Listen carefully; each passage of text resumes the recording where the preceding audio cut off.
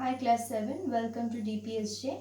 Today is 24th April and today I am going to teach you English literature chapter number 2, Govinda's Disciple. Okay, it is on page number 12. So before going to the poem, let us know something about the author. The poet, Govinda's Disciple is written by Rabindranath Tagore. Okay, let us read something about Rabindranath Tagore, which is given on page number 13. Rabindranath Tagore, 1861 to 1941, was an artist and a philosopher. He composed music, songs, and wrote plays, stories, poems, travelogues, and novels. The national anthems of India and Bangladesh were composed by him. His ability was not just limited to making literary creations, he was also a painter. He won the Nobel Prize for Literature in 1913 and was the first Asian to be honored with it. Tagore was popularly known as Gurudev. So, Rabindranath Tagore, he was a very talented person. He not only wrote poems, stories and novel, but he was also a painter. Okay. And now let us go to the poem which is given on page number 12. So let me tell you about Govinda's Disciple poem.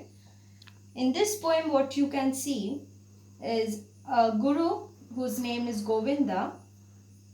He tried to teach his disciple how to live an life of an ascetic, okay, and how to give up all the worldly possessions and the wealth. But here the disciple, he failed to learn what his guru taught him, and that is what proved in this poem. And the teacher, that is the guru, he tried to test his disciple whether he is really able to leave the worldly position or not.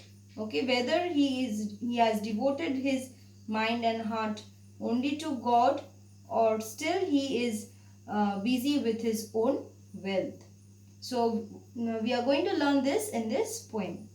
So let me explain you the poem first. And first I will read the poem, then I will explain you. Far below flowed the Ganga, quick and clear, above frowned the jutting bank. Hills dark with the woods and scared with the torrents were gathered around. Govinda, the great teacher, sat on the rock reading scriptures. When Raghunath, his disciple, proud of his wealth, came and bowed to him and said, I have bought my poor wealth unworthy of thy acceptance. Thus saying, he displayed before the teacher a pair of gold bangles studded with costly gems and emeralds. The master took up one of them, twirling it round his finger, and the stones darted shafts of light. Suddenly it slipped from his hand and rolled down the bank into the water. Raghunath jumped into the water. The teacher set his eyes upon this book, and the water held and hid what it stole and ran its way. At sunset, Raghunath came back. He begged him to show him the place where it fell. The teacher took the other bangle and threw it into the water, saying, There it is. So, now let me explain the first two stanzas with you. Far below flowed the Ganga. So here in the picture of this page number 12, you can see that there is a tree and the disciple is standing over here with the golden bangles in his hand, and Govinda, the guru, is sitting here below under the tree. So what it is written over here, the first line of the poem, far below flowed the Ganga, means where the guru is sitting, from there the river is far, okay, and it is flowing below. So far below flowed the Ganga, and so the Ganga is also described here, quick and clear. How the Ganga river is flowing and what is the clarity of the river, that means how much clear it is. So it is telling that it is quick and clear, that means the swiftly the river is flowing and the water is very clear. Above frowned the jutting bank. Frown means here literally the bank cannot frown. Frowning is the features of human beings. Okay. So here the jutting bank which is, the meaning is jutting is extending outwards. So the bank which is coming out or extended outwards towards the river. Okay. So here as if the bank is frowning over the river Ganga. Okay. Hills dark with the woods. That means the hills are dark. Why? Because there are so many woods. That means because of the dense forest. Okay. Dense forest, light cannot enter inside the forest, so it is looking very dark. And scared with the torrents were gathered around. What is the meaning of scared? The meaning I have written on the board. Please see. Scared means marked with. Okay. Scared means M-A-R-K-E-D, marked with. So here, so that means in this hills, some swift flowing rivers are also coming with the torrents. Torrents means swift flowing water. So some swift flowing waterways, they are coming from these hills, and that means those hills are marked with that, were gathered around. Govinda, the great teacher, sat on the rock reading scriptures.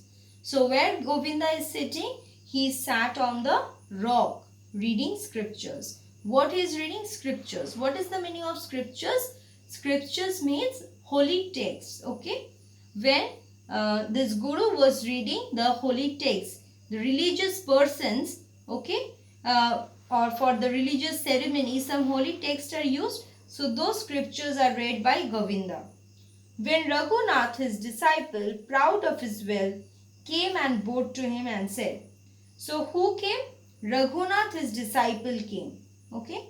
Proud of his wealth. Okay. So Govinda the Guru know that the Raghunath was little bit proud of his wealth, and he came and bowed to him and said, I have bought my poor wealth. He is telling first to his Guru that he has bought some poor wealth. Okay. I bought my poor wealth unworthy of the acceptance. Okay. So he wants to say that which wealth he has brought for him, maybe it may not be the wealth which he has brought for his Guru, the Guru may not accept it. That means according to the value of it, it may not have that much value what the Guru may demand for from him.